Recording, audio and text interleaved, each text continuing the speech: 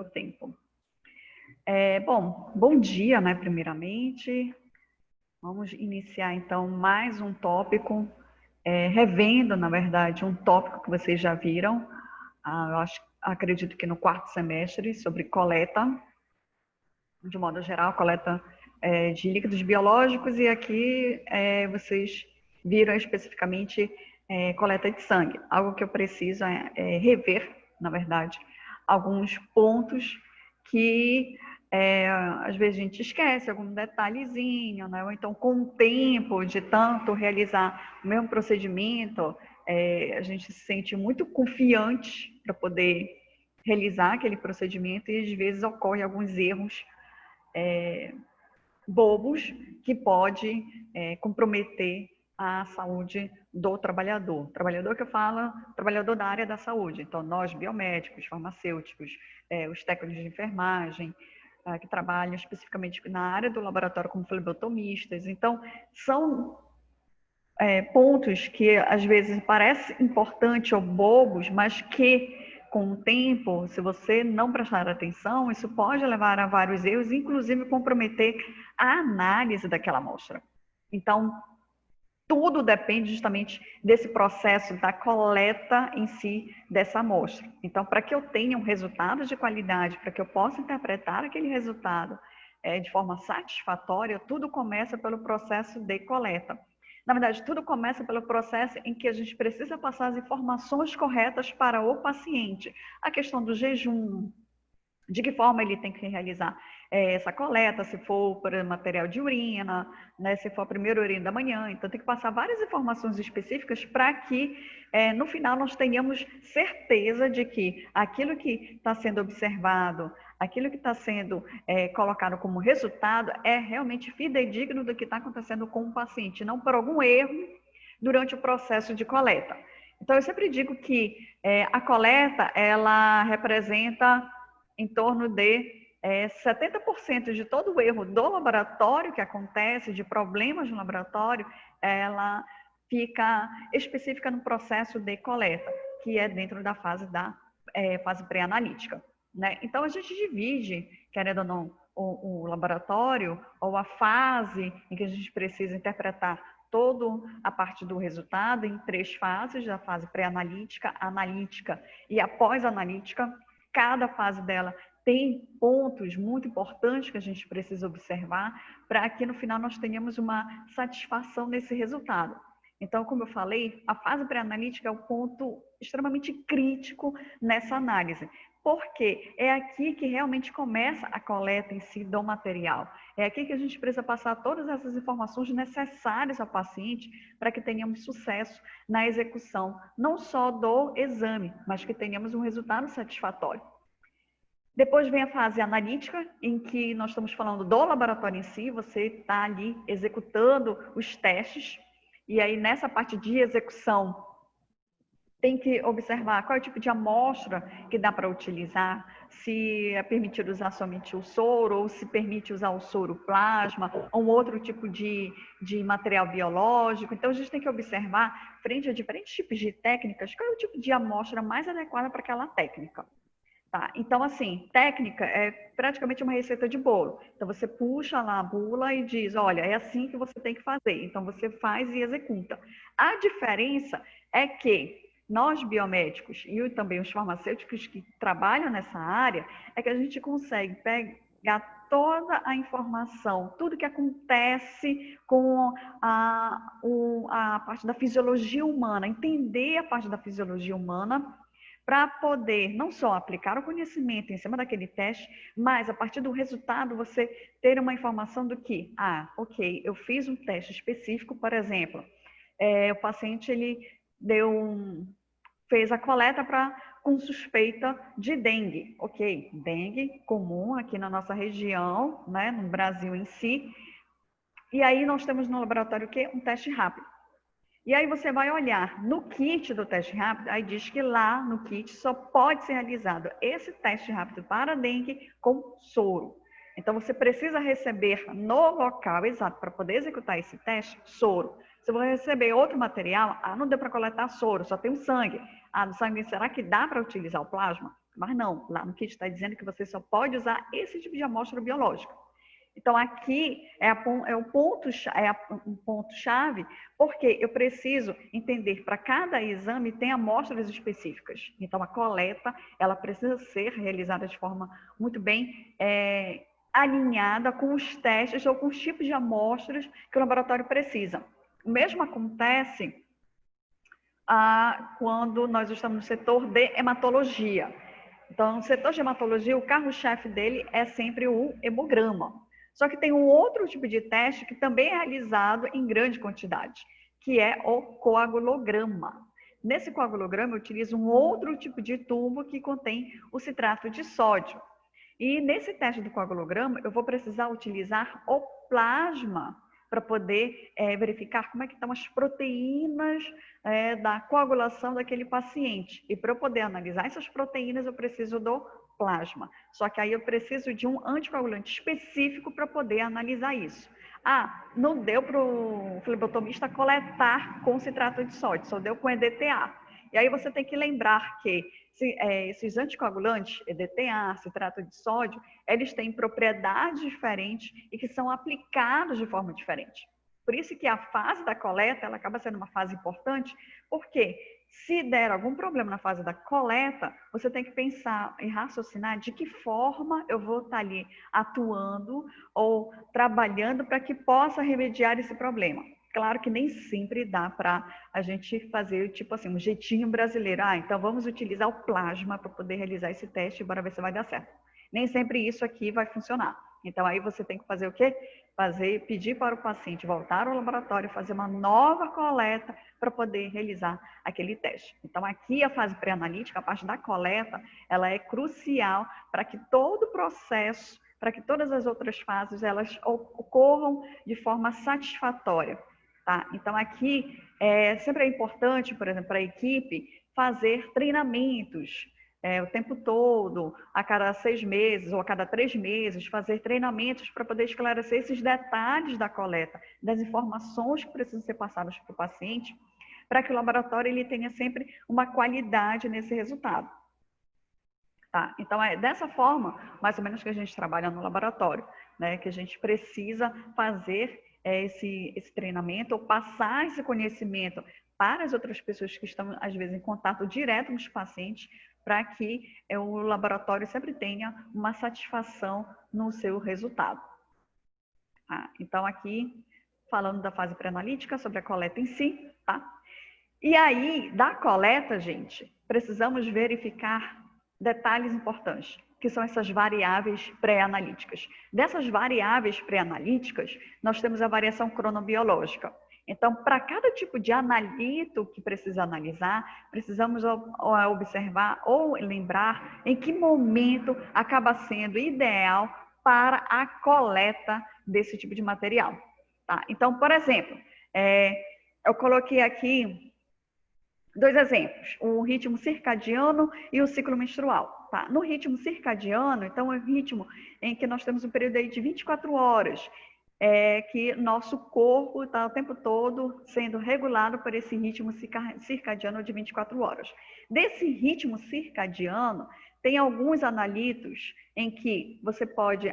o melhor momento para a coleta é o período da manhã, ou o melhor momento para a coleta é o período da tarde. É o que ocorre com o cortisol e o ferro. Então, você tem que observar, por exemplo, o ferro em si, o melhor horário para a coleta dele é o período da manhã, porque é o período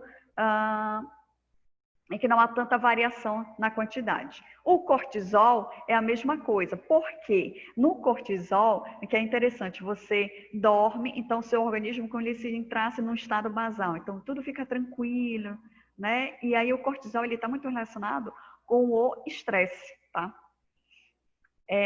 E aí o melhor período para a coleta dele não seria de manhã, mas tem que ser o horário bem cedo. Então, alguns laboratórios determinam, olha, até 8 horas da manhã você tem que vir para o laboratório para fazer a coleta do cortisol. Após esse horário, você já não pode fazer a coleta, porque a quantidade de cortisol ele começa a aumentar, e isso vai justamente atrapalhar a análise. Então, por isso que, quando a gente coloca, ou quando você já recebe, olha, só pode coletar entre esse e esse horário é porque nesse horário a gente, teoricamente, a gente sabe que aquele analito ele vai estar numa quantidade basal que você vai poder analisar.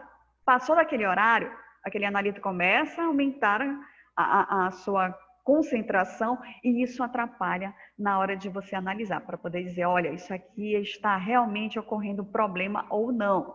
Então, não dá para saber se por conta desse horário. Então, a gente tem que respeitar qual é o melhor horário para fazer a coleta daquela amostra para fazer a análise desse analito. O mesmo acontece com o ciclo menstrual, tá? Então, a gente precisa fazer a dosagem hormonal, então são vários hormônios. E aí a gente precisa, pelo menos, saber em que período do ciclo menstrual a mulher está, para a gente poder colocar um momento certo para poder fazer a coleta, para não também ter erros na interpretação. Isso vale também para a dosagem de glicose, né, que às vezes tem horários específicos, hormônios para hormônio do crescimento, o GH, você também tem horários específicos para poder fazer a coleta. Então, todos esses analitos, principalmente dosagem hormonal, que ela está relacionada diretamente com algum tipo de ritmo específico, como um ritmo circadiano, você tem que observar qual seria o melhor horário para poder fazer a coleta para que não ocorra esse tipo de interferência na análise. Tá? Uma outra variação, a gente pensa aqui não, mas gênero. Homem e mulher, nós temos vários tipos de dosagens em que há uma diferença para o homem e tem uma diferença para a mulher, tá? Muito relacionado com a parte da massa muscular. Isso acontece muito quando a gente trabalha com bioquímica e precisa analisar, por exemplo, ureia, né, e creatinina. Creatinina, ela é praticamente estável para os dois sexos, mas a ureia, ela tem uma diferença por conta da massa muscular. Então, o homem, como ele tem uma massa muscular maior, então ele tende a ter uma quantidade da ureia um pouco maior em relação à mulher. O mesmo acontece quando a gente trabalha com o hemograma. Eu também tenho diferenças entre gêneros. Mesma coisa, está relacionada com massa muscular. Homem, por ter uma massa muscular maior, então ele tem uma quantidade de hemácias, de hemoglobina maior do que a mulher. Então, essas diferenças de gênero a gente também precisa analisar um resultado. Idade. Idade aqui, nós temos várias informações em que eu preciso levar em consideração. Então, observe que na análise em si de um resultado, a gente não vai somente pegar o que está dizendo o resultado e comparar com o que diz aqui o valor de referência. Né? Não é somente isso, não. Você tem que analisar muito mais. Você tem que ver a idade, se não vai influenciar diretamente nesse valor de referência, ou se está de acordo com esse valor de referência, de acordo com a idade.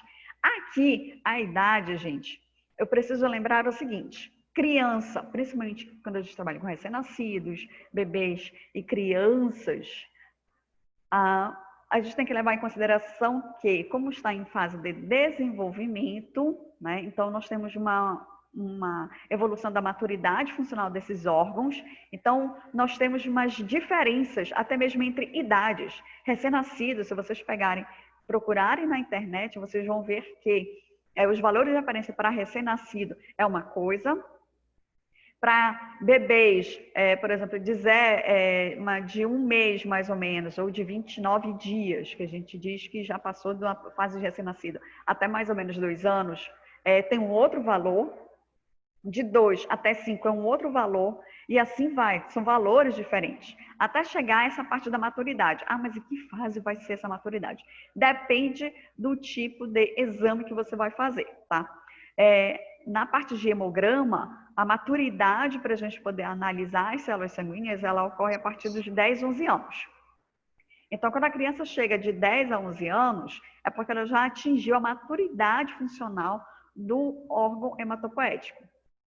E aí, a partir dos 10, 11 anos, ela chega à mesma quantidade que ela produz de células sanguíneas, de hemoglobina de um adulto. Para a parte de bioquímica, depende muito do tipo de analito que eu estou realizando, que eu estou analisando. Um bom exemplo disso, fosfatase alcalina. Fosfatase alcalina, ela mantém níveis praticamente basais, normais, na criança até ela atingir o período de crescimento, de estiramento, que é a fase da adolescência, que varia muito de criança para criança. Algumas crianças começam a fazer a fase de estiramento aos 10 anos de idade, outras demoram um pouquinho mais, começam com 12, 13 anos. E aí a fosfatase alcalina é um tipo de enzima que ela é muito sintetizada pelos ossos. Então, se a criança está nessa fase de estiramento, da fase da adolescência, então a quantidade de fosfatase alcalina dela vai estar uma quantidade muito elevada, acima do normal. E se você não lembrar que você está trabalhando com uma criança que está nessa fase, você pode interpretar que aquela criança está tendo algum tipo de problema de saúde para poder observar esse aumento desse tipo de analito, tá? Então, aqui a idade, a gente sempre precisa observar com muito amor e carinho qual é a fase, qual é a idade especificamente, para a gente poder fazer essa correlação entre o dado da amostra e a idade. E aí eu coloquei aqui o idoso porque a partir dos seus 40 anos, né, começam a aparecer as doenças subclínicas, que aqui acaba sendo muito comum o surgimento de pacientes diabéticos com problemas cardíacos, especialmente pressão arterial. Então, essas doenças subclínicas, elas acabam também favorecendo uma alteração na análise desses resultados. Então, é importante a gente saber se, de acordo com a idade do paciente, se ele realmente está começando a apresentar alguma dessas doenças subclínicas ou se ele já tem um diagnóstico positivo, confirmatório dessa doença, o quanto essa doença está alterando esses resultados. Nossa, muita coisa, né? Posição. Também a posição ela é importante para a gente analisar, principalmente quando estamos trabalhando com pacientes ou acamados ou hospitalizados. Tá? O que a posição tem a ver com isso? Se você vai fazer a coleta de um paciente que ele está nessa posição deitado, né, ele tem uma quantidade de líquidos aqui que não vai interferir na minha análise. Agora, se o paciente estava deitado e de repente, não precisa coletar comigo deitado, eu vou sentar. Então, ele saiu dessa posição e rápido ficou na posição ereta. Essa mudança de posição é que faz que ocorram mudanças nos líquidos, tá? Essas mudanças de líquidos podem favorecer um aumento da quantidade de algum tipo de analito, como, por exemplo, a mudança de líquidos pode aumentar a quantidade de hemácias, aumentar a quantidade de leucócitos na hora que você vai fazer um hemograma. E aí isso vai comprometer toda a análise. Então, você vai ver que a quantidade de hemácias do paciente vai estar numa quantidade muito elevada. Você vai ver que o hematócrito dele vai estar indicando que ele está com uma hemoconcentração. Então, tudo isso influencia. Então, é importante você sempre explicar para o paciente. Ele está deitado? Ok, fique deitado, não tem problema, vou fazer coleta a si mesmo. Ele está sentado? Ok, fique nessa posição sentada e não se mexa, para justamente não ocorrer essa mudança, essa transferência de líquidos. Essa transferência de líquidos, estou falando, sair líquidos, por exemplo, da parte dos vasos sanguíneos e entrar para o intestino, para os tecidos, ou o contrário, que é o que acontece na maioria dos casos, em que sai uma parte desses líquidos dos tecidos para entrar na circulação sanguínea. Então, para não ocorrer essa mudança, é importante a gente sempre manter o paciente numa única posição para fazer a coleta. Atividade física. Nossa, a galera que adora praticar atividade física, se bem que nesse período, né, a atividade física fica um pouquinho difícil de ser executado, é importante explicar o seguinte: dependendo do tipo de coleta ou do tipo de resultado, você precisa explicar que a atividade física ela pode comprometer o resultado. O que eu quero dizer? As pessoas que adoram fazer crossfit 6 horas da manhã, ir para a academia 6 horas da manhã, fazer sua corrida matinal e depois ir para o laboratório, então, esse comportamento ele já altera totalmente o resultado.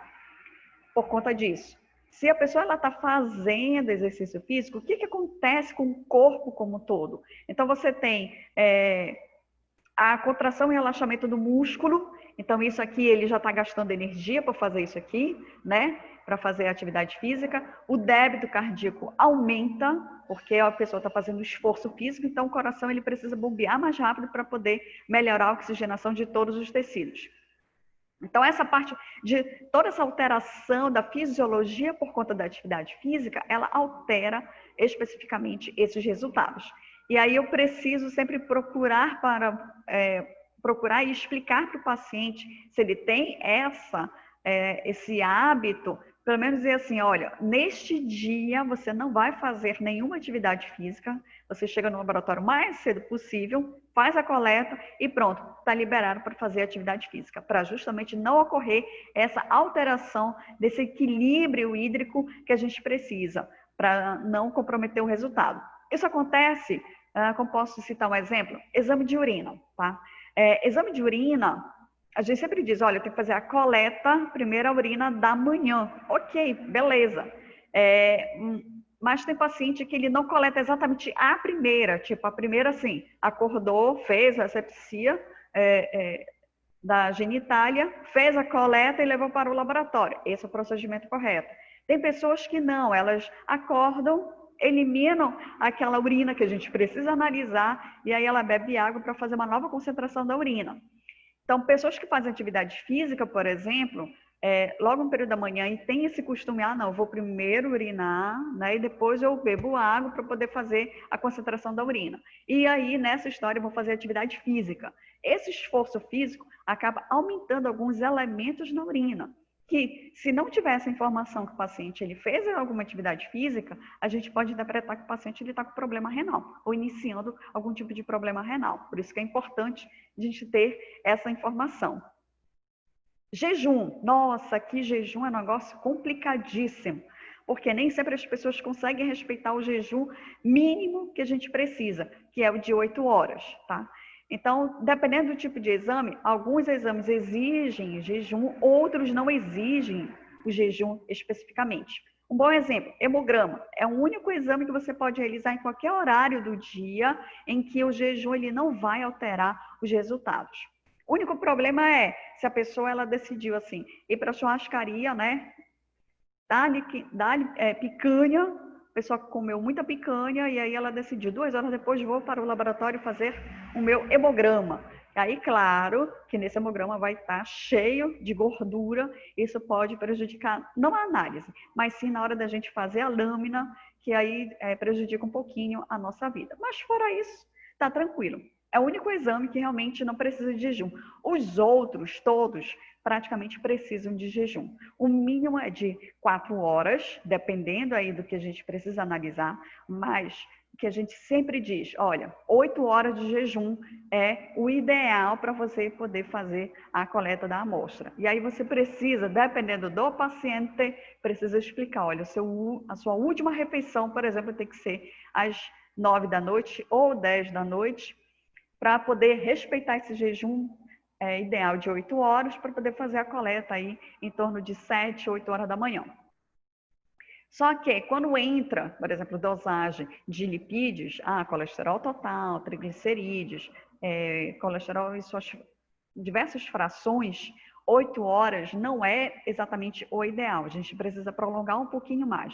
O ideal seria de 12 horas. E aí eu digo que nem sempre o paciente consegue respeitar essas 12 horas de jejum. E aí nós temos o que? O inverso, quando a pessoa ela passa muito tempo de jejum. Acontece principalmente em paciente, por exemplo, que ele vem de algumas outras cidades da região metropolitana que acaba sendo de difícil acesso.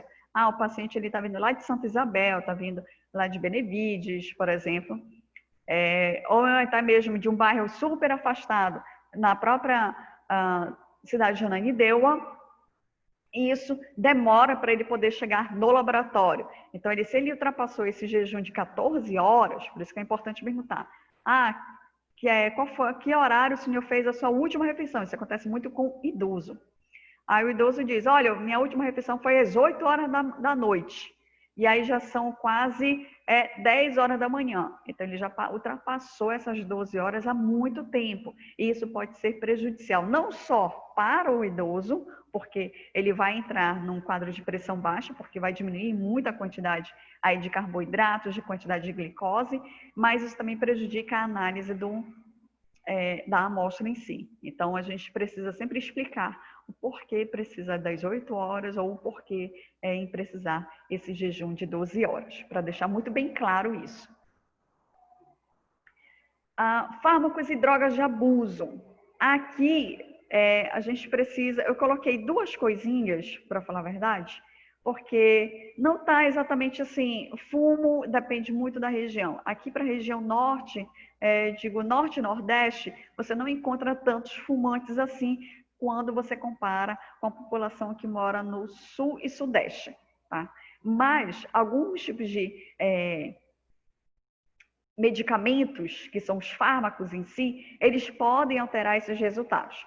Um bom exemplo é a dosagem de bioquímica. A bioquímica em si, que a gente precisa dosar glicose, colesterol, triglicerídeos, fazer avaliação da função hepática, da função renal. Então, praticamente todos os medicamentos, eles alteram esses exames. Por isso que é importante perguntar qual é o tipo de medicamento que a pessoa está usando. E nem sempre vão lembrar de tudo. Principalmente aqueles medicamentos que são utilizados no dia a dia, né? Então, as pessoas nem sempre vão lembrar. Quem é que vai lembrar, por exemplo, eu estou num período assim que eu estou meio gripadinho, então estou tomando vitamina C, estou tomando, né, um remédio assim, um remédio assado. Quem é que vai lembrar? No momento da coleta, em dizer isso, olha, eu estou tomando esses medicamentos.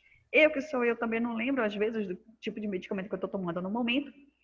Então, é importante a gente saber qual é o tipo de medicamento ou quais medicamentos que o paciente toma, mesmo que seja no dia a dia, para a gente poder fazer uma análise mais completa, para que não ocorram justamente esses probleminhas na análise, tá? E aí eu coloquei o álcool e o fumo porque é bem interessante o quanto que eles alteram vários desses analitos. O álcool, ele altera praticamente tudo que a gente precisa analisar na parte da bioquímica. Então, ele altera a quantidade de glicose, o que era para dar uma glicose basal, normal, ele acaba aumentando mais a quantidade de glicose. O mesmo acontece com triglicerídeos. Então, por isso que, entrando um pouquinho para a parte de banco de sangue, por isso que se fala, olha, se você não deve ingerir bebida alcoólica 12 horas antes de fazer essa doação. Por quê? Justamente o álcool ele acaba aumentando todas essas enzimas e isso pode prejudicar o processo de doação, isso pode prejudicar a viabilidade das hemácias, tá?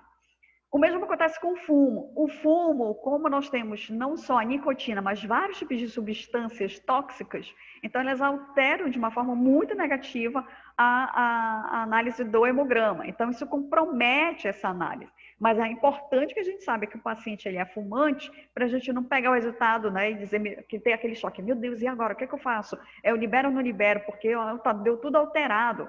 Né? Tem uma quantidade de hemoglobina muito alta, o paciente está apresentando leucocitose, o paciente está apresentando hemácias numa quantidade muito elevada, um VCM mais elevado do que o normal. O que está acontecendo com o paciente? Aqui está escrito, o paciente ele é fumante. Então isso explica todas essas alterações. Então é importante a gente saber qual é o tipo de estilo de vida desse paciente e quais são os medicamentos que ele está tomando para a gente poder ter maior autonomia na análise dessas amostras, desses resultados. E agora vem a parte, né, da coleta em si. Depois de analisar tudo isso, e isso precisa ser analisado, gente, para cada amostra, para cada paciente. Tudo que você pegar de único paciente, o paciente ele tem exames para bioquímica, ele tem exames para hemograma, ele tem vários tipos de exames. Então, a gente precisa, para cada paciente, analisar especificamente o que essas informações elas podem comprometer ou não o resultado para aquele paciente. Tá? Bom, da coleta, então nós temos dois sistemas de coleta. Então, nós temos o sistema vácuo e o sistema mais clássico, da seringa descartável. Ambos os sistemas eles têm vantagens e desvantagens para a gente poder fazer essa coleta. Isso depende muito de laboratório, tem vários detalhes aqui que acabam tendo diferenças nessas análises. Tá?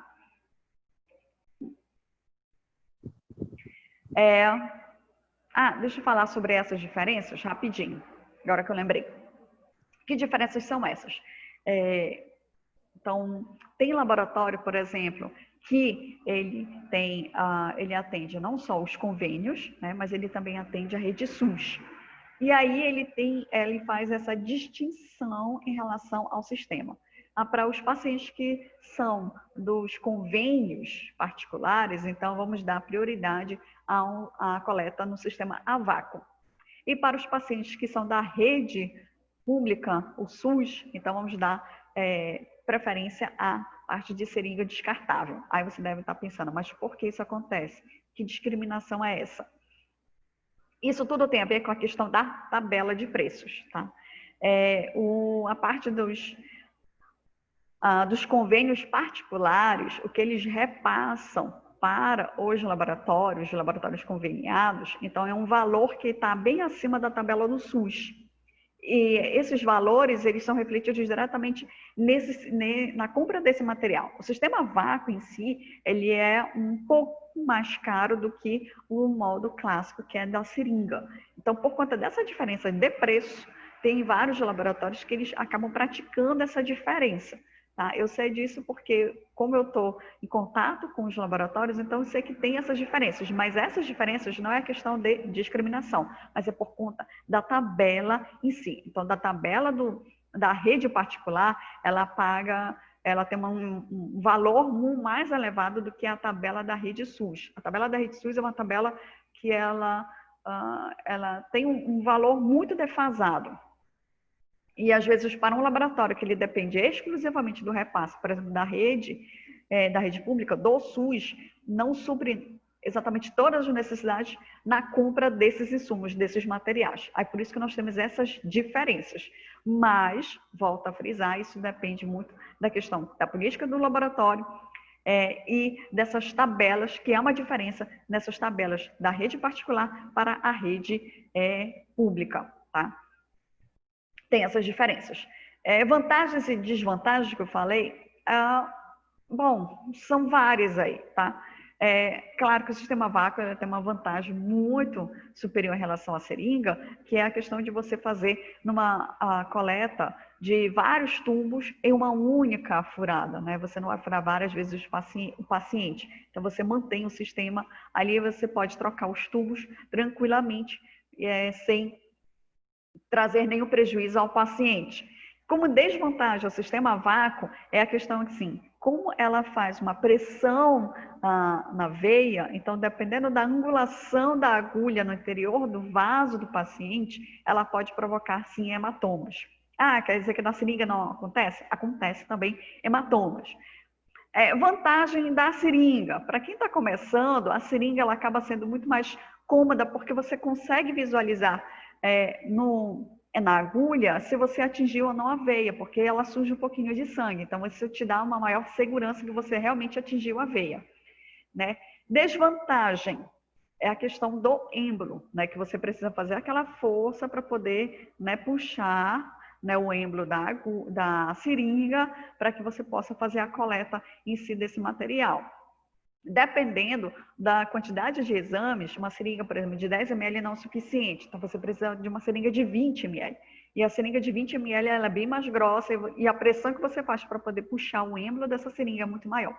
Então, isso aí depende muito do paciente, do laboratório. Então, são várias questões aí que precisam ser resolvidas no local de trabalho para poder determinar o que seria melhor. Claro que tem laboratório que ele acaba investindo, olha, aqui só é a VAC pronto, é só isso mesmo. Ok, beleza. Mas tem outros laboratórios, principalmente os pequenos e os médios, que eles têm os dois sistemas, mas aí eles fazem esse tipo de distinção por conta dessa tabela. Tá? Sobre a escolha em si do vaso, né? Isso depende muito do local que você vai coletar. Então, o mais comum é aqui no braço, em que você vai escolher o ponto aí para poder fazer a coleta.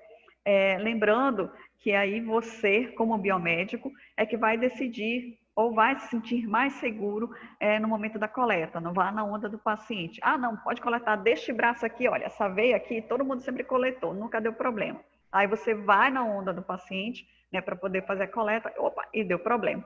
Né? Então, assim, é você que vai fazer a coleta? Ótimo, beleza. Mas é você que vai decidir qual é o braço e qual é a melhor veia que você se sente confiante, para falar a verdade, para poder fazer esse tipo de coleta, tá? Lembrando que essas laterais, tá? Essas veias laterais aqui, elas são bem dolorosas, e aí você precisa analisar se realmente vale a pena ou não fazer esse tipo de coleta. Às vezes, essas veias laterais que são as mais calibrosas, e aí, claro, você tem que fazer, né, a coleta em si da veia. A mão. Quando a gente não consegue achar no braço, e aí no braço a gente tem que lembrar um pouco da anatomia para ver se acha, né, a veia, e em alguns casos a gente pode partir para a mão.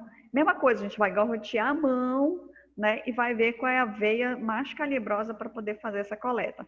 Da mão, o ideal é sempre você usar o escalpo para poder fazer a coleta, tá? Para não justamente ocorrer hematomas ou até mesmo estourar a veiazinha, dependendo do calibre, dependendo da pessoa, da idade. Então, isso pode comprometer um pouquinho na hora de fazer a coleta. Mas a mão, ela também é super indicada.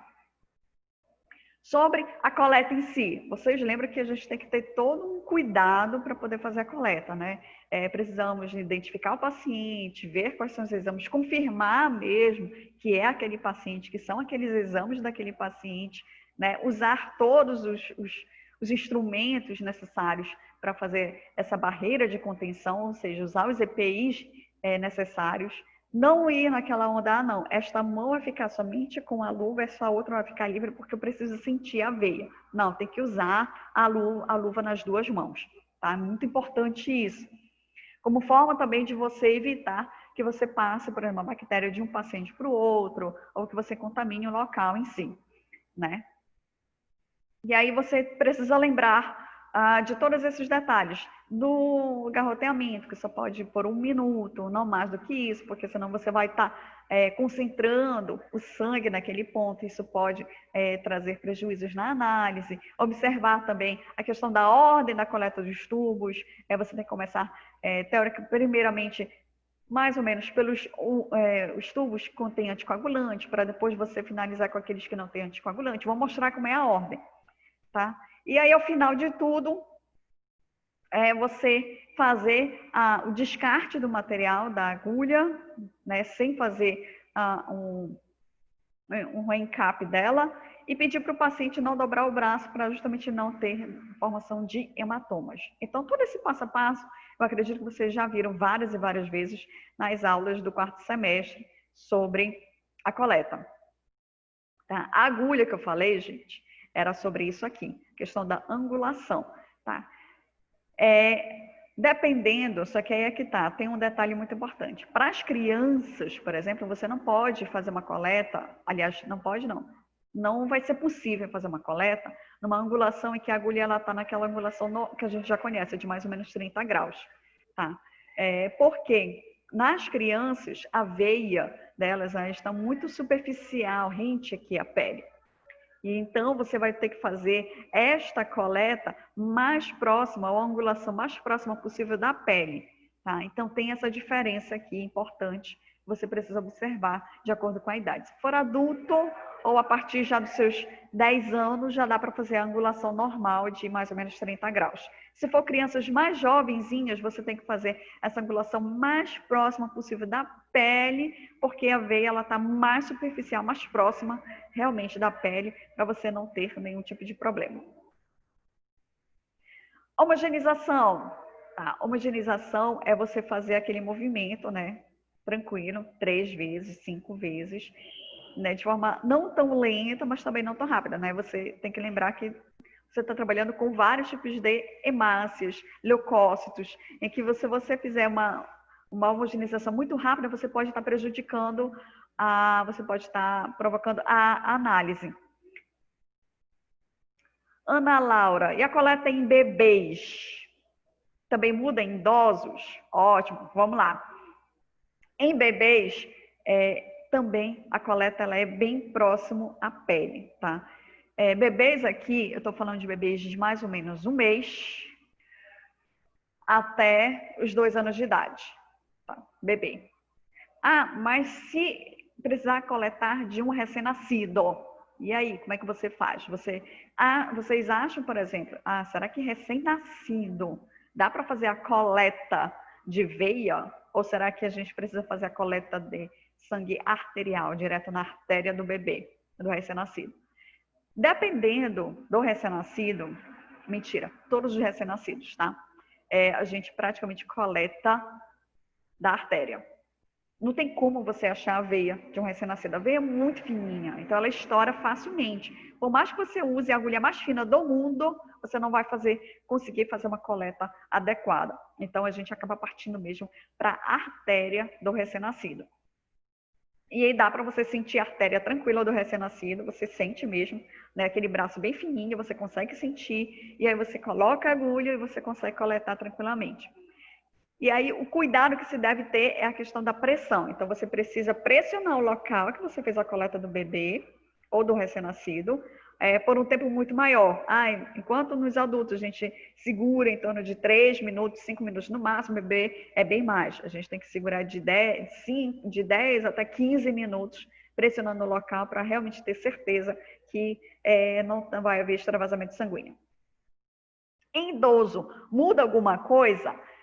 Em idoso tem um problema, que é a pele. A pele ela se torna extremamente flácida. E aí o que você pode fazer? A angulação ela não vai mudar, mas com a pele ela está muito flácida, então você precisa segurar a pele. Então você faz isso aqui. A pele está bem aqui, você achou a veia ela está bem aqui. Ok, beleza. Só que se você não fizer nada com a pele, na hora que você fizer a angulação e furar o local, o que vai acontecer? A pele ela vai criar uma resistência e aquilo vai provocar dor no paciente, no idoso. Então, o ideal seria o quê? Eu achei, a veia está bem aqui. Ok, beleza. O que eu vou fazer? Eu vou esticar a pele e, ao mesmo tempo, segurar a veia.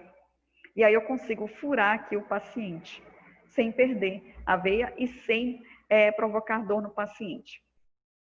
Uma outra coisa que ninguém perguntou, mas que é interessante, são as pessoas que fazem musculação. Né? Vocês já viram que as pessoas que fazem musculação têm aquelas veias calibrosas lindas e maravilhosas, né? Você pensa, opa, me dei bem hoje. Aguenta, que não é bem isso não. Aquelas veias calibrosas é só enganação, ela só é calibrosa mesmo. Na hora que você vai coletar, ela fica fugindo, ela vai para um lado, vai para o outro, ela fica fugindo o tempo todo. Então, é a mesma coisa.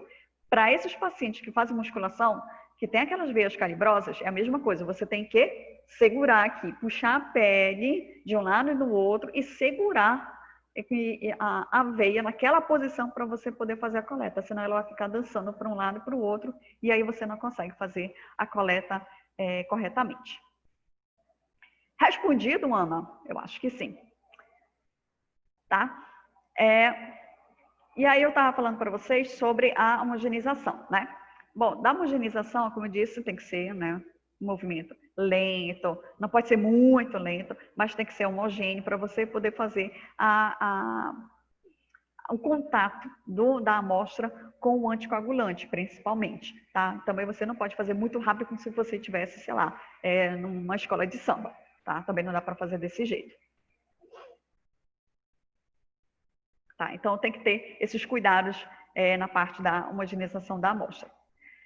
Asepsia, nossa, né? Você nunca pode. Você achou o ponto de coleta, você achou a veia, ok, aí você faz ali a asepsia do local, a antisepsia, né? E aí você espera secar para poder fazer a coleta. Aí você ficou, meu Deus, será que é essa aqui? Aí você vai e toca de novo. Não, é essa aqui. Você já contaminou. Então tem que fazer de novo a antisepsia do local, né? E nunca assoprar e, de novo, tocar no mesmo ponto o tempo todo para você ter certeza. Eu sei que no início é muito complicado, a gente fica, meu Deus, será que é aqui mesmo? Peraí, deixa eu tocar de novo. Ok, é aqui. Aí você faz a antisepsia. É aqui mesmo? Não, é aqui. Aí você faz a antisepsia. Nessa hora, você já fez a antisepsia umas 4, 5 vezes, o braço do paciente já está mais do que roxo, e aí você tem que tirar o garrote, esperar a circulação voltar normal, né? O braço do paciente voltar à cor normal para você poder fazer o garroteamento e começar todo o processo de novo.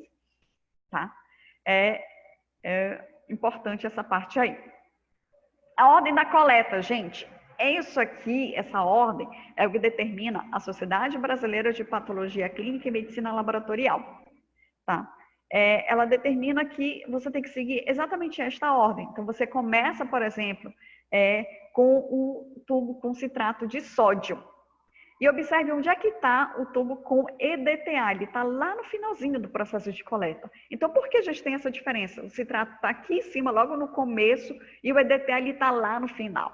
Isso tem a ver com as propriedades desses anticoagulantes. O citrato de sódio, ele é um anticoagulante muito bom, só que ele é um anticoagulante pesado.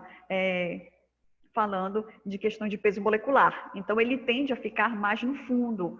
E uma vantagem do citrato, se é que eu posso dizer que é uma vantagem, é justamente por conta do exame em si. Então, do citrato de sódio, a gente realiza o coagulograma. Então, o coagulograma, a gente precisa analisar as proteínas da coagulação. E o citrato de sódio é um anticoagulante que ele não altera ou ele não interfere diretamente no processo de ativação dessas proteínas, diferente do EDTA, que o EDTA ele altera diretamente o processo de coagulação, até porque para você poder ativar o processo da coagulação, você precisa de cálcio. Então, o citrato de sódio, ele não altera o cálcio. Então, ele não altera a quantidade de cálcio que eu preciso adicionar para poder ativar o processo da coagulação, diferente do EDTA. Eu posso morrer adicionando cálcio e EDTA, ele vai estar lá sequestrando que nem doido. Ele segura e não larga mais. O citrato, ele segura e tipo, ok, eu estou aqui tranquilo, eu estou segurando, mas como eu tenho um peso molecular um pouco mais elevado, então eu vou indo lá para o fundo do tubo sem alterar o exame em si. Então, por isso que a gente tem essa diferença, ou essa ordem de coleta, começando pelo citrato, porque aí a agulha, ela entra em contato, digamos assim, com o anticoagulante com citrato, e aí quando você vai passando para os outros tubos, você vai meio que limpando essa agulha até chegar no EDTA, sem ocorrer nenhum tipo de interferência. Ah, professora, se eu fizer o contrário, se eu começar pelo EDTA e terminar pelo citrato, vai ter diferença ou vai alterar alguma coisa nesse exame? Basicamente vai. Então, por isso que a gente tem essa ordem de coleta e a gente precisa respeitar essa ordem de coleta para que não ocorra essa interferência entre esses citratos ou essa interferência entre esses anticoagulantes em si, tá? Então, nós temos todos esses tubos para fazer a coleta. Hoje, eu tenho, além do EDTA, aqui dessa tampinha roxa, que ela cabe de 4 a 4,5, às vezes até 5 ml de sangue, eu tenho o tubo de EDTA para criança, que ele comporta até 3 ml de sangue, que é apropriado mesmo para criança, tá? Só a nível mesmo de curiosidade para falar para vocês. Então, aqui são esses anticoagulantes. Então, nós temos esses aqui, citrato de sódio, DTA, heparina, o DTA fluoretado, e cada um deles tem uma parte específica ou ele é destinado para fazer uma análise específica. Então, o citrato de sódio a gente utiliza para quase não, tudo sobre estudo do processo da coagulação, a gente sempre vai utilizar o citrato de sódio. O EDTA a gente utiliza muito para realizar o hemograma, para fazer a tipagem sanguínea, para realizar o VHS. Então, o que a gente precisa é um tubo específico. A heparina a gente utiliza, sim, mas não é tanto quanto os outros dois. Então, a heparina a gente utiliza muito quando a gente precisa trabalhar com gasometria, que precisa saber a relação dos gases, né, no sangue. Ou então, quando a gente precisa dosar alguns tipos de íons específicos ou metais específicos, e aí a gente vai precisar da heparina, porque ela não vai influenciar diretamente na análise desse tipo de analito. E o EDTA fluoretado, que é o tubo de tampa cinza, ele é bem específico, tá? A gente utiliza muito para fazer a dosagem de glicose, especificamente glicose. Ah, mas não tem um outro tubo seco, né? O tubo de tampa amarela ou de tampa vermelha? Sim, tem esses tubos que dá para fazer a dosagem da glicose. Mas qual é a diferença entre esses dois aqui? No caso, o EDTA fluoretado, ele é específico para a dosagem de glicose por um detalhe. A glicose, ela é uma molécula lábil. Com o tempo, ela vai perdendo, ela vai diminuindo a sua quantidade. O que eu quero dizer? Quando você utiliza aquele tubinho de tampa amarela, esse aqui com o gelzinho, né? Ele contém não só a glicose, mas contém os outros bijanalitos para a bioquímica e dependendo desse tubo, se ele tem o gel ou não. Se for o vermelhinho, por exemplo, não tem o gel. Então, o soro ele vai estar em contato com o coágulo. Se tiver, e vai ter, algum tipo de bactéria, principalmente aqui, as células sanguíneas, hemácias e leucócitos, o que elas vão utilizar? Vamos falar de hemácias e leucócitos. O que elas vão utilizar como fonte de energia? A glicose. Então, se eu tenho o soro em contato com o coágulo, então ele vai estar utilizando o quê? A glicose presente na amostra. Com o tempo, o que era para dar um resultado, por exemplo, digamos, de 88 de glicose, se eu fizer essa dosagem 8 horas da manhã e deu 88, se eu repetir essa mesma dosagem daquela mesma amostra 12 horas depois, 8 da noite, já não vai dar exatamente 88, vai dar bem menos. Pode dar 80, pode dar menos de 80. Se o paciente está com o mínimo, que deu, por exemplo, deu 74. Se você demorar muito para fazer a análise da glicose, pode ser que ele dê já 68, 67, indicando que o paciente está com hipoglicemia. Na verdade, ele não estava com hipoglicemia, porque você demorou muito para fazer a análise, e aí essas células elas foram retirando essa glicose, e a glicose ela também foi se perdendo ao longo do tempo. Então, é uma molécula extremamente lábil.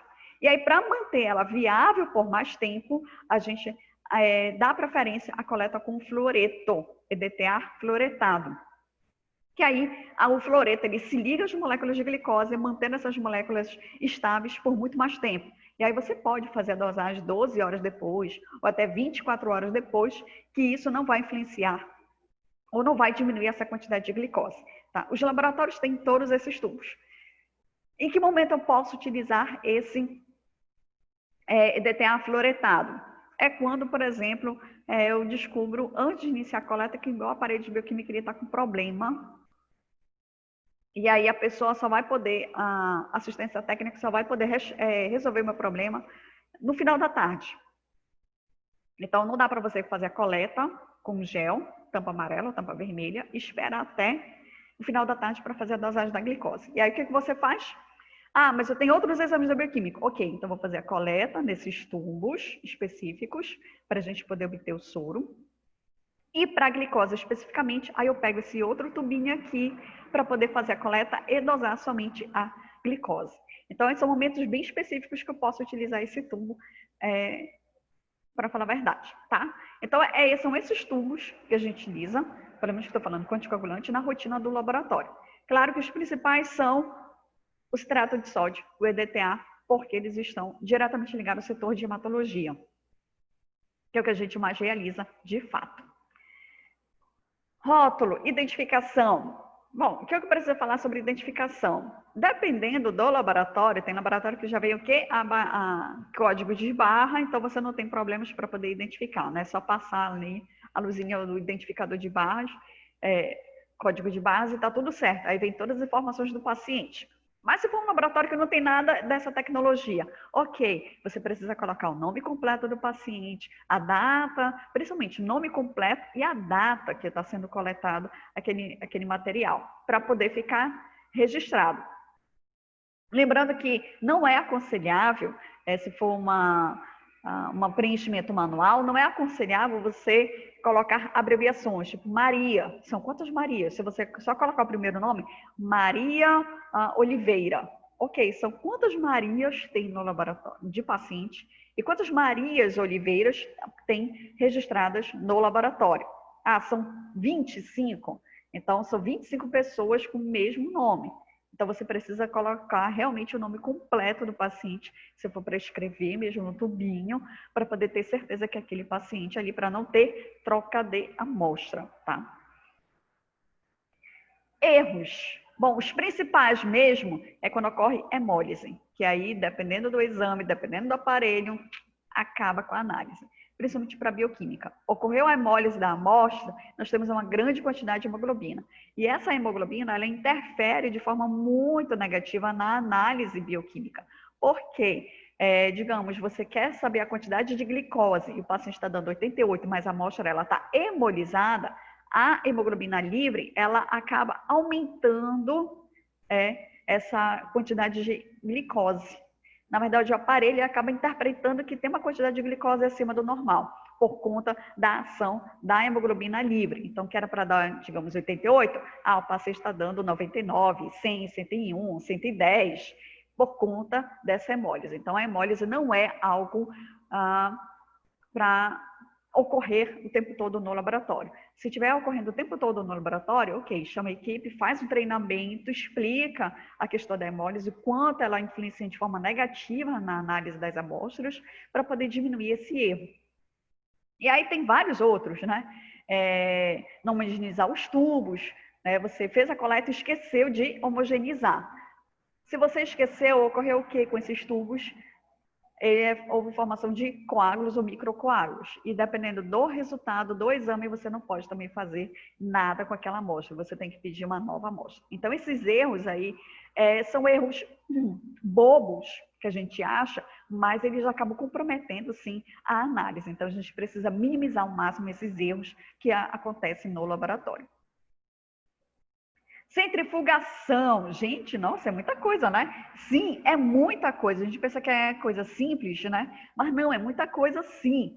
Centrifugação, ela pode influenciar também no processo de hemólise. Então, tenha cuidado quando você precisa colocar uma amostra para poder obter o soro. Você tem que ver o tempo que precisa fazer essa rotação, esse tempo da centrifugação.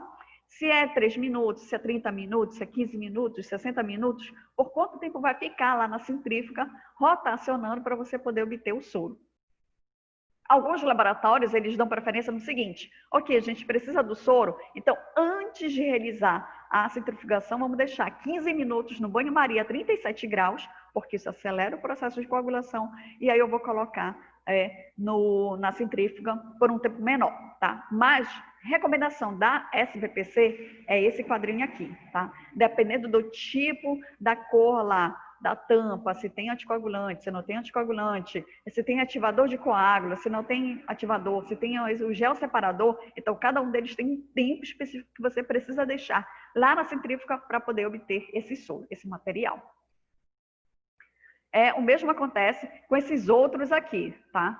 Então, observe que para obtenção de soro pode ficar até 1 hora rotacionando lá. E para você poder ter outros tipos de materiais, por exemplo, aqui com anticoagulante, por exemplo, então você pode deixar de 10 até 15 minutos, e aí lembrando que quando tem citrato de sódio, então tubo contendo citrato de sódio, o processo de rotação é de rotação bem baixa, e o tempo que você precisa deixar é em torno de 15 minutos. Então, precisa lembrar desses detalhes? Sim, precisa. Se o laboratório tiver tabelinhas para poder mostrar isso, olha, para essas amostras, para você ter soro, você deixa esse tanto tempo, essa rotação. Então, se tiver isso, é melhor ainda. Se não, procura lá o que diz o laboratório, ou procura o que diz a SBPC em relação a esses tempos de centrifugação e a velocidade em si dessa centrifugação, para que não ocorra hemólise dessas amostras. E sangue arterial? É algo, como eu posso dizer, algo complexo para a nossa área, porque teoricamente nós não estamos habilitados ou autorizados a realizar a coleta de sangue arterial. Na prática, o que acontece? A gente acaba coletando esse tipo de material, tá? Para nós, sempre daremos preferência à coleta de sangue venoso. Arterial, você vai partir como último recurso. Não tem como, já procurei em tudo que está canto no paciente uma veia para poder fazer a coleta e não estou conseguindo. Então, vamos partir então para arterial, né? E bora ver no que vai dar. Isso acontece? Acontece sim. Já vi em paciente fazendo tratamento, quimioterapia, e aí a pessoa ficou procurando em tudo que era canto, mão, braço, até no pé, para ver se achava alguma veia para poder fazer a coleta, e tipo, não estava conseguindo. Porque a veia, sentia que a veia, dava para sentir a veia, mas dava para perceber que a veia, ao sentir a veia, ela estava extremamente fina. Então, na hora de realizar a coleta, poderia simplesmente estourar aquela veia. Então, era isso que a equipe não queria que acontecesse, tá? E aí, veio uma outra pessoa para poder fazer a coleta do sangue arterial. Então, a gente utiliza muito a coleta de sangue arterial para a gente fazer a gasometria. Mas, geralmente a gente aproveita, já que está fazendo a coleta de sangue arterial, então, além da gasometria, vamos coletar, então, para os outros exames, porque dá para realizar hemograma, dá para realizar bioquímica, dá para realizar todos esses exames a partir do sangue arterial, que não vai ter diferenças, tá? Dos resultados entre sangue arterial e sangue venoso, não vai ter diferenças. A diferença vai ser justamente a questão dessas pressões de O2 e CO2, que é bem diferente entre sangue arterial e sangue venoso. Só isso, mas o resto dos exames vai ser sempre a mesma coisa, tá? Aqui, o que eu preciso mostrar para vocês? Quais são, na verdade, as artérias indicadas para fazer essa coleta?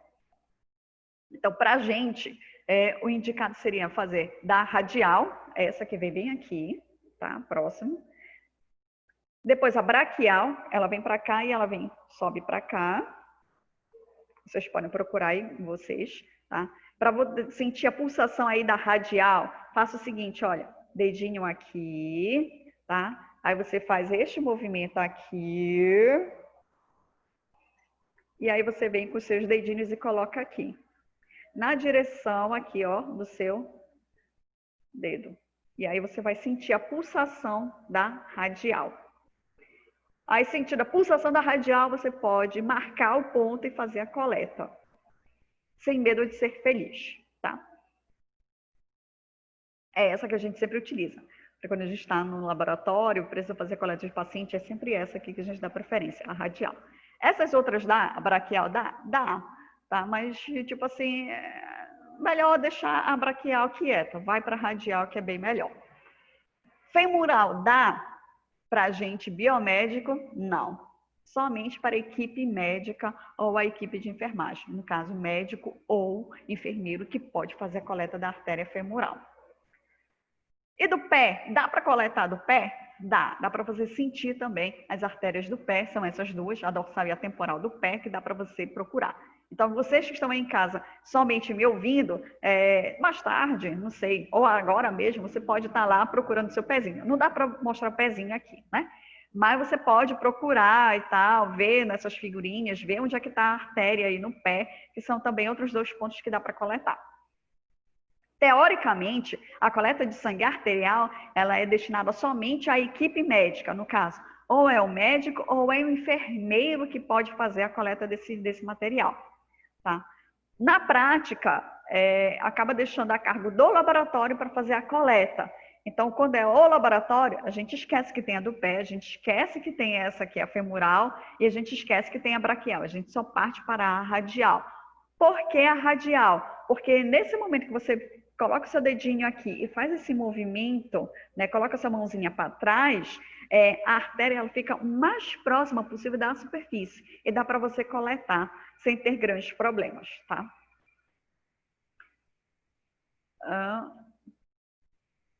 Tá, e aí, para poder, eu acho que está finalizando, eu só acho, o que tem a mais que a gente precisa saber sobre coleta? Então, a coleta não é só tudo isso, tá? Se você é responsável, biomédico responsável por um posto de coleta, então você tem que ver quais são as condições para poder fazer o acondicionamento e transporte desse material. O ideal é que sempre seja feito o acondicionamento desse material nessas caixas térmicas impermeáveis que possam ser lavadas para que a gente possa colocar essas amostras de sangue, urina, fezes e enviar isso para a central do laboratório. Acho tudo isso muito bem acondicionado, ensacado, lacrado, com todas as informações para que a gente sabe que mesmo você tendo todo o cuidado durante o transporte, pode ser que algum tubo, por exemplo, um tubo de sangue, ele acaba abrindo e aí você contamina ou você suja toda a caixa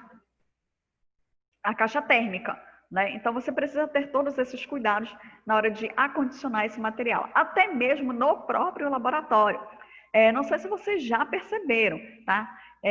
Mas quando você chega, por exemplo, com uma amostra de urina ou com, principalmente de urina, de fezes nem tanto, mas se você chega num posto de coleta, não é a central do laboratório, sim é o posto. Se você chegar no posto e entregar a urina à atendente, o que ela vai fazer? Vocês já observaram isso?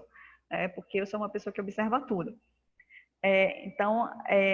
Nos laboratórios, o que eles fazem? Se é num posto, eles pegam a urina, eles têm um frigobar, então eles mantêm a urina refrigerada no frigobar até chegar esse momento em que fecha todo o processo de recebimento de amostra para poder acondicionar e enviar para a central do laboratório para fazer a análise.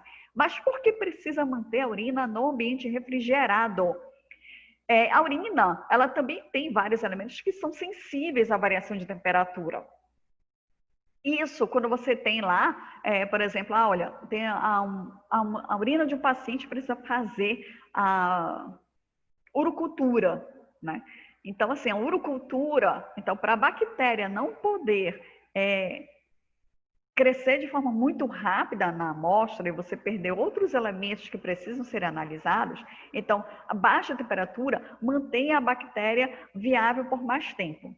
O mesmo acontece com esses outros elementos que a gente precisa observar na urina. Saber se tem células de escamação, quantidade de piócitos, se tem fungos, no caso, leveduras ou leveduras em brotamento, pseudohifas. Então, se tem vários desses tipos de estruturas, então a baixa refrigeração mantém essas estruturas viáveis por mais tempo.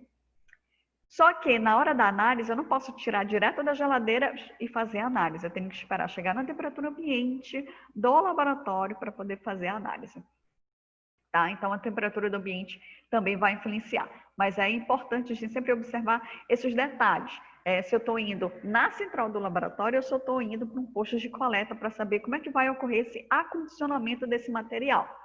Geralmente também nos postos de coleta, eles têm uma salinha que você faz a separação do material. Você tem sangue para fazer hemograma. Ok, você deixa numas cestinhas lá, já tudo direitinho, tudo etiquetado, tudo já organizado.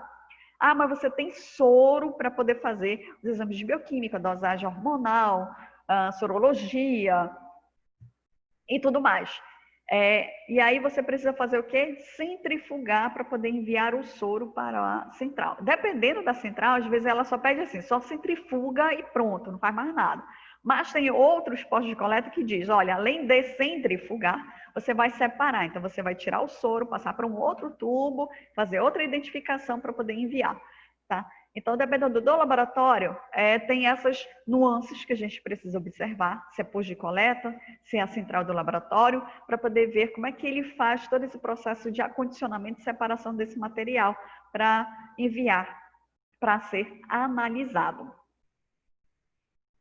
Transporte. Nossa, transporte, eu acho que transporte aqui na nossa região é algo assim que complica bastante. Né? Se não tá aquele sol de rachar, tá aquela chuva, né, que você só falta morrer afogado.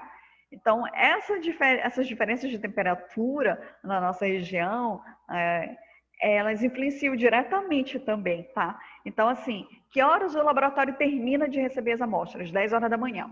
Até ele fazer todo o processo, né, de separação, acondicionamento e tudo mais, agora sim, dá para enviar para a central analisar. Isso estou falando de posto de coleta. Isso termina em torno de umas 11 horas, quase meio-dia. Aí o horário que a pessoa vai pegar o material, que já está todo bonitinho, né, e enviar para a central. Meio-dia, aquele sol, né, lindo e maravilhoso. Se for o transporte em moto, tipo motoboy, naquele sol de rachar, tem amostras que não aguentam. E elas acabam se perdendo, principalmente aquelas que são muito sensíveis, aquelas destinadas para a cultura, a microbiologia. Então, a gente tem que observar o seguinte, será que essas caixas são suficientes para poder manter essas amostras viáveis durante o processo de transporte? Por isso que o ideal é sempre essas caixas isotérmicas, higienizáveis e impermeáveis, e principalmente que elas possam ter um reloginho, não um reloginho, mas que elas possam regular, mostrar para a pessoa a temperatura interna da caixa, para saber se aquela temperatura interna ela não vai estar variando muito, e isso você pode estar prejudicando a análise. Dependendo dessas amostras, além das caixas, você ainda precisa colocar gelo seco. O ideal seria gelo seco mesmo, para poder manter essas amostras num ambiente ainda refrigerado, para que você não perca a análise em si, tá? Então, o transporte ele deveria acontecer num tempo curto, não demorar tanto, para que a gente possa ter amostras viáveis quando chegar no laboratório. Mas aí é meio complicado. Se eu tenho, por exemplo, um posto de coleta lá em Coraci e a minha central de análise fica aqui, por exemplo, na Examais, até sair de lá e chegar aqui, né, praticamente uma vida. Então, isso pode acarretar problemas na análise. Então, esses detalhes a gente precisa analisar também.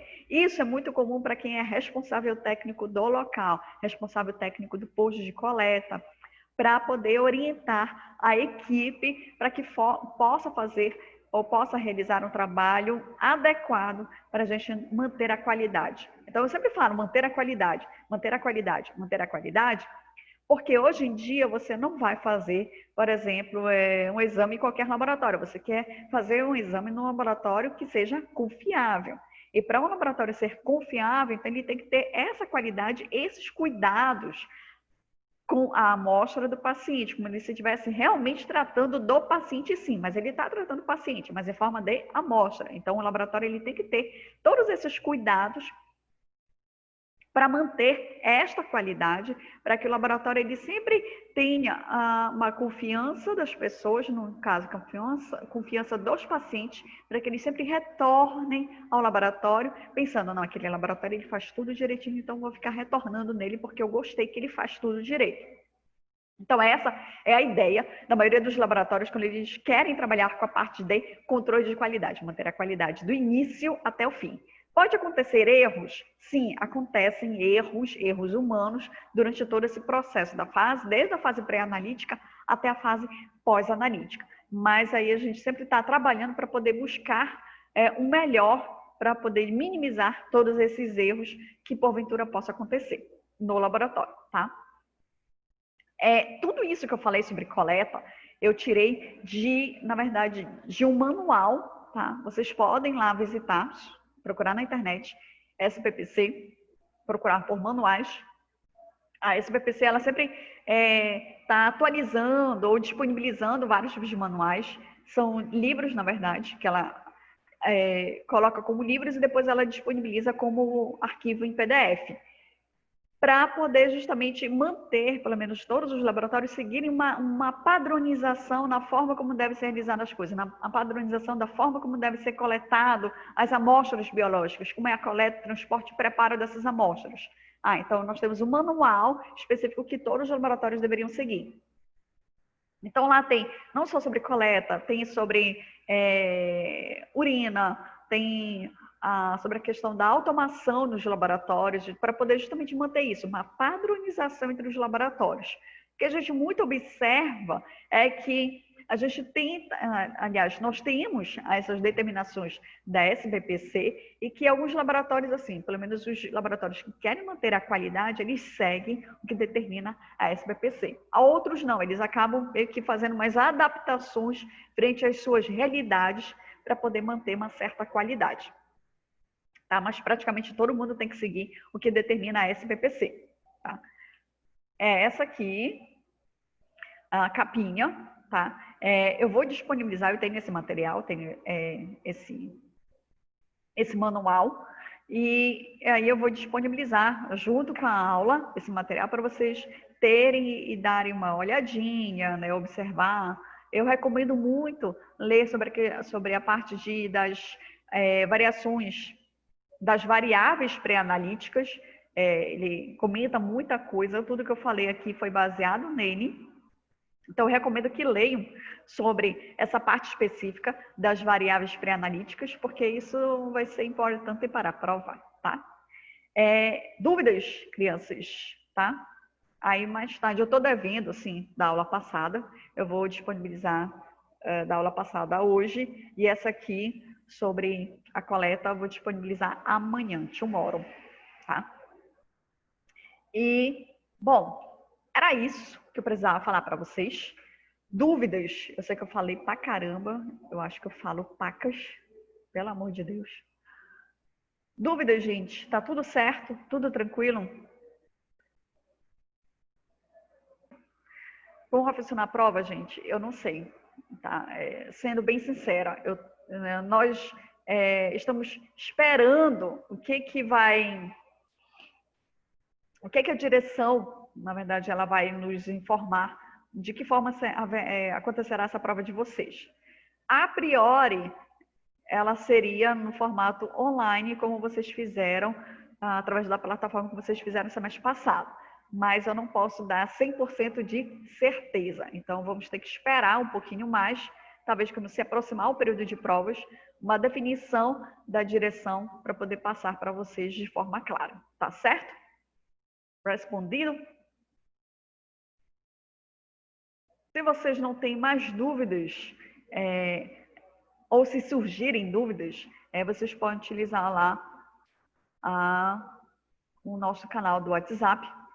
Se já tem dado para o nosso início do estágio, Alice, ainda não, tá? Eu acredito que vocês viram uma nota de esclarecimento da direção informando que haverá retomada das atividades práticas a partir do dia 19, no caso, a partir de quarta-feira, tá? Só que nesse momento, o 7º semestre, a gente ainda está verificando como é que vocês vão entrar nesse processo, porque além de vocês, além do 7º, tem o 8º semestre, que a gente precisa dividir com muito amor e carinho para que não ocorra aquele processo que eu falei para vocês, né? Que não ocorra aglomeração de alunos. Então, ainda não tem uma data específica para o estágio de vocês. Eu estou esperando uma deliberação da coordenação para poder ter certeza e informá-los. Olha, gente, a partir do dia tal vai começar o estágio de vocês, tá? Enquanto isso, eu peço assim, para os alunos que ainda não definiram ou que ainda não enviaram nenhum documento e tal, que eu solicitei lá no grupo, solicitando um documento em relação ao período do estágio, que eu quero dizer, eu trabalho, eu faço estágio, faço alguma outra atividade num período específico e eu só posso realizar o estágio no período da manhã, eu só posso realizar o estágio no período da tarde. Não esqueçam de enviar isso, que é importante para que eu possa analisar. Quem já enviou, eu já analisei, tá? Eu já estou montando a tabelinha da divisão de vocês, segundo o estágio, o horário dos estágios, que são aqueles que eu falei, que eu mostrei, de 7 da manhã até 1 da tarde, de meio-dia até 6 da tarde e de 3 da tarde até 9 da noite. Tá, são esses horários lá no LAC da São Pedro. E aí, para quem ainda não enviou, por favor, envie esses documentos para que eu possa analisar e deixar organizado, que a partir do momento que eles autorizarem o início do estágio de vocês, aí eu mando a tabelinha, olha, essa aqui é a divisão, são esses horários que vocês vão ficar, e aí vocês vão poder iniciar o estágio com tranquilidade, tá? Anice, assim como você está esperando o posicionamento, eu também estou esperando esse posicionamento, tá? Eu também estou um pouquinho agoniada para poder fazer essa divisão de vocês, para que vocês possam começar esse estágio, como posso dizer, o mais rápido possível, tá? Para que vocês possam conseguir a carga horária necessária. Certo? Mais alguma dúvida, meu povo? Não? Nenhuma? Bom, se não tem mais nenhuma dúvida, então eu finalizo por aqui. Lembrando que se vocês tiverem mais alguma outra dúvida, não se acanhem em perguntar, tá? Pelo WhatsApp. Pode ser que eu não responda no mesmo momento, mas eu vou responder o mais breve possível para poder sanar a dúvida de vocês. Certo, gente? Bom, era isso que eu precisava, tá? Qualquer coisa, eu estou no meio online para poder ficar em contato com vocês. Beijos. Tchau, tchau. Tenha um bom dia, gente.